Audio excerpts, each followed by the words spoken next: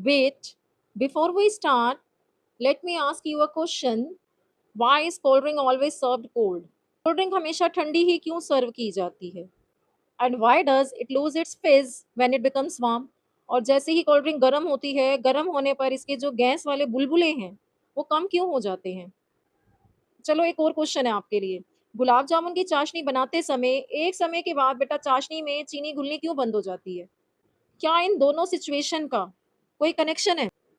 इन दोनों ही सिचुएशंस के पीछे साइंस छिपी हुई है। In today's class we are going to understand saturated solution, unsaturated solution and solubility.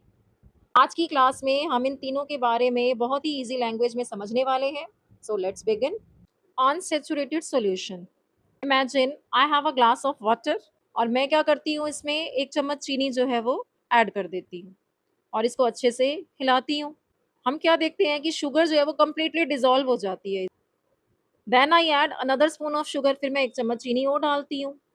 अब मैं आपसे पूछती हूँ कि क्या इस सॉल्यूशन में वो जो दूसरा चम्मच मैंने शुगर का डाला है वो भी डिसॉल्व हो जाएगा? तो आप बोलेंगे हाँ, डिसॉल्व हो जाएगा। इसका मतलब क्या है कि ये सॉल्यूशन अभी तक अपनी मैक्सिमम डिसॉल्विंग कैपेसिटी तक नहीं पहुंचा। तो ऐसे सॉल्यूशन को हम क्या बोलते हैं? Unsaturated solution. क्या डेफिनेशन है? A solution in which more solute can still be dissolve at a given temperature. एक वो सॉल्यूशन जिसमें एक गिवन टेम्परेचर पर और सॉल्यूट को डिसॉल्व किया जा सकता है, वो क्या है? Unsaturated solution. यहाँ एक बात बताओ, क्या शुगर इसमें हमेशा के लिए घुलती रहेगी बेटा? हमेशा के लिए डिसॉल्व होती रहेगी? आपने थर्ड चम्मच डाला शुगर का, फोर्थ डाला, फिफ्थ डाला, क्या हमेशा ही जितनी भी चीनी डालते जाओगे घुलती जाएगी? तो आंसर क्या है इसका? नो। यहीं से सॉल्यूशन आता है सैचुरेटेड सॉल्यूशन। अब इसके बारे में पढ़ेंगे। देखो यहाँ आपको एक ग्लास ऑफ वाटर दिखाया है और यहाँ हम शुगर डिसॉल्व करते जा रहे थे। हमने क्या किया बेटा? पहले एक चम्मच चीनी घोली, दूसरा चम्मच चीनी इसमें घोली, फिर तीसरा चम्मच, चौथा चम्मच, ऐसे हम इसमें चीनी डालते गए। एक स्टेज ऐसी आ गई कि इसके अंदर शुगर नीचे बैठने लग गई। देखो, और शुगर डिसॉल्व होनी इसमें बंद हो गई। एक्स्ट्रा शुगर अब इसमें डिसॉल्व होनी बंद हो गई। ये वो शुगर है जो डिसॉल्व नहीं हुई और नीचे बैठती गई। इवन आफ्टर स्टीयरिंग, हिलाने के बाद भी ये डिसॉल्व नहीं हो रही है। A saturated solution contains the maximum amount of solute that can dissolve in a given amount of solvent at a given temperature. एक गिवन टेम्परेचर पर जितना मैक्सिमम सॉल्यूट डिसॉल्व हो सकता है किसी सॉल्वेंट में, वही सैचुरेटेड सॉल्यूशन है। जैसे जलेबी है या गुलाब जामुन की जो चाशनी है, उसके अंदर शुगर उसकी मैक्सिमम लिमिट तक डली हुई है। आप उसमें और शुगर नहीं मिला सकते। तो क्यों इसमें चीनी और नहीं घुल रही है? Because this solution has reached its maximum dissolving capacity. अपनी मैक्सिमम डिसॉल्विंग कैपेसिटी तक ये सोल्यूशन पहुंच चुका है। This is called a saturated solution. अब एक क्वेश्चन, क्या हम अनसैचुरेटेड सोल्यूशन को सैचुरेटेड सोल्यूशन में कन्वर्ट कर सकते हैं? यस, डेफिनेटली कर सकते हैं। अगर इस अनसैचुरेटेड सॉल्यूशन में मैं और चीनी डालूं, मान लो इसमें अभी 1 स्पून है शुगर का, ठीक है, 1 चम्मच चीनी इसमें डिसॉल्व हुई है, तो मैं इसमें और चीनी डालूंगी तो डिसॉल्व हो जाएगी। अभी अभी तो ये सॉल्यूशन अपनी मैक्सिमम डिसॉल्विंग कैपेसिटी तक नहीं पहुंचा हुआ। अनसैचुरेटेड सॉल्यूशन है तो इसमें और शुगर डालेंगे, वो डिसॉल्व हो जाएगी। अब जब और चीनी हम डालते जा रहे हैं, दूसरा चम्मच डाला, थर्ड चम्मच डाला, फोर्थ डाला, फिफ्थ डाला, तो एक स्टेज ऐसी आ गई कि जब चीनी जो है इसमें डिसॉल्व होनी बंद हो जाएगी और चीनी नीचे बैठने लग जाएगी। तब ये अनसैचुरेटेड सॉल्यूशन किस में कन्वर्ट हो गया? सैचुरेटेड सॉल्यूशन में। इस अनसैचुरेटेड सॉल्यूशन को हमने किस में कन्वर्ट कर दिया? सैचुरेटेड में। No more solute can dissolve at that temperature. एक क्वेश्चन हो रहा है, क्या सैचुरेटेड सॉल्यूशन को अनसैचुरेटेड में कन्वर्ट किया जा सकता है? अब ये सैचुरेटेड सॉल्यूशन है बेटा, जिसमें शुगर नीचे बैठ गई है। इस शुगर को मुझे डिसॉल्व करना हो, मैं क्या कर सकती हूँ? इसमें और ज़्यादा सॉल्वेंट डाल सकती हूँ और पानी ऐड कर सकती हूँ। पानी ऐड करने से क्या होगा? जो ये नीचे बॉटम पे जो ये नीचे चीनी बैठ गई है बेटा, सेटल डाउन हो गई है, ये क्या होगी? डिसॉल्व होनी शुरू हो जाएगी। अब देखो ये सैचुरेटेड सॉल्यूशन किस में कन्वर्ट हो गया? अनसैचुरेटेड में। या क्या कर सकते थे हम? ये हमारे पास सैचुरेटेड सॉल्यूशन है जिसमें चीनी नीचे बैठ गई थी। इस सॉल्यूशन को हम गर्म कर लेते हैं। गर्म करने से क्या होगा? जो चीनी नीचे बैठ गई थी वो डिसॉल्व होनी शुरू हो जाएगी। Heat helps more solute to dissolve. Temperature बढ़ाने से और ज़्यादा सॉल्यूट जो है उस पानी में ऐड होने लग जाता है। इसको मैं आपको इजी ढंग से समझाती हूँ। देखो यहाँ क्या था? वाटर था। वाटर के मॉलिक्यूल्स जो होते हैं वो थोड़े दूर होते हैं।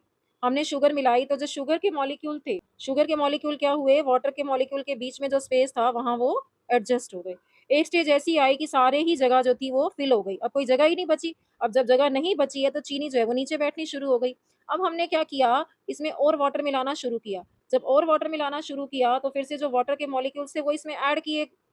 अब वाटर मिलाना शुरू किया बेटा, तो फिर वाटर के मॉलिक्यूल्स ने जो है और आ गए, तो उनके बीच में तो स्पेस होता है। वाटर के मॉलिक्यूल्स के बीच में जब स्पेस है तो वो क्या करेंगे, शुगर के पार्टिकल्स को बीच में एडजस्ट होने देंगे। तो और सॉल्वेंट ऐड करने पर शुगर फिर से डिसॉल्व होनी शुरू हो गई। ये तो था इसका कांसेप्ट। अब इसमें क्या था, हमने इस सॉल्यूशन को गर्म किया। जब हम इन सॉल्यूशन को गर्म करेंगे तो क्या होगा, ये वाटर के मॉलिक्यूल्स जो है इनके अंदर मूवमेंट होने लग जाएगी। मूवमेंट होगी तो ये जो वाटर के मॉलिक्यूल्स हैं और दूर-दूर हो जाएँगे। अब ये क्या करेंगे, ये शुगर के पार्टिकल्स को जो है अपने बीच में और एडजस्ट होने देंगे, डिसॉल्व होने देंगे। तो जो नीचे बैठी हुई शुगर थी वो क्या होगी, फिर से डिसॉल्व होने लग जाएगी। तो जो टेम्परेचर बढ़ाने से सॉल्यूशन में और सॉल्यूट को डिसॉल्व किया जा सकता है। मेनली एप्लीकेबल किसमें होता है ये, solid dissolve in liquid. Sugar क्या है, सॉलिड है, वाटर क्या है, सॉल्वेंट है, लिक्विड है। तो जब सॉलिड को लिक्विड में डिसॉल्व किया जाएगा उनके लिए ये एप्लीकेबल होते हैं। टेम्परेचर बढ़ाने पर और सॉल्यूट को ऐड किया जा सकता है। Solubility. Solubility, the maximum amount of solute that dissolves in a fixed quantity of the solvent 100 ml or 100 gram at a given temperature. Solubility हमें बताती है कि एक गिवन टेम्परेचर पर कितना मैक्सिमम सॉल्यूट जो है वो डिसॉल्व किया जा सकता है एक फिक्स्ड क्वांटिटी ऑफ सॉल्वेंट में, और वो फिक्स्ड क्वांटिटी क्या है, 100 ml या 100 ग्राम ऑफ सॉल्वेंट। अब यहाँ एक क्वेश्चन उठता है बेटा कि टेम्परेचर का क्या इफेक्ट पड़ता है सॉल्युबिलिटी पर। अभी जब मैंने कन्वर्जन की बात समझाई आपको कि सैचुरेटेड को अनसैचुरेटेड में कैसे कन्वर्ट करते हैं, तो हमने टेम्परेचर की बात इसमें सीखी थी कि टेम्परेचर बढ़ा करके और ज़्यादा सॉल्यूट हम इसमें ऐड कर सकते हैं। तो टेम्परेचर का क्या इफ़ेक्ट हुआ सॉल्युबिलिटी पर, कि टेम्परेचर बढ़ाएँगे तो और सॉल्यूट ऐड हो सकता है, और अगर और सॉल्यूट ऐड हो सकता है तो सॉल्युबिलिटी भी क्या होगी, बढ़ जाएगी। क्योंकि सॉल्युबिलिटी तो यही है, कितना मैक्सिमम सॉल्यूट आप डिसॉल्व कर सकते हो किसी सॉल्यूशन में। अगर टेम्परेचर बढ़ाने पर सॉलिड और ज़्यादा डिसॉल्व किया जा सकता है, इट मीन्स उसकी सॉल्युबिलिटी भी बढ़ जाती है। तो जब सॉलिड डिसॉल्व हो लिक्विड्स में, उस केस में टेम्परेचर इंक्रीज करने पर सॉल्युबिलिटी भी इंक्रीज होती है। यहाँ एक इंटरेस्टिंग कंसेप्ट बताने वाली हूँ मैं आपको। जब गैसेस लिक्विड्स में डिसॉल्व होती है, जिसका एग्जांपल है आपके कार्बोनेटेड ड्रिंक्स जो होते हैं, कोल्ड ड्रिंक्स हैं, ये अलग बिहेव करती हैं। गैसेस जब लिक्विड में डिसॉल्व होती हैं तो अलग बिहेव करती हैं। अलग बिहेव कैसे करती हैं, इनकी सॉल्युबिलिटी जो है कम टेम्परेचर पर इंक्रीज होती है, उल्टा होता है, ठीक है। हाई टेम्परेचर पे इनकी सॉल्युबिलिटी कम हो जाती है और लो टेम्परेचर पे इनकी सॉल्युबिलिटी बढ़ जाती है। इसीलिए हमेशा जो ये कार्बोनेटेड ड्रिंक्स हैं ये ठंडे ही पीने चाहिए।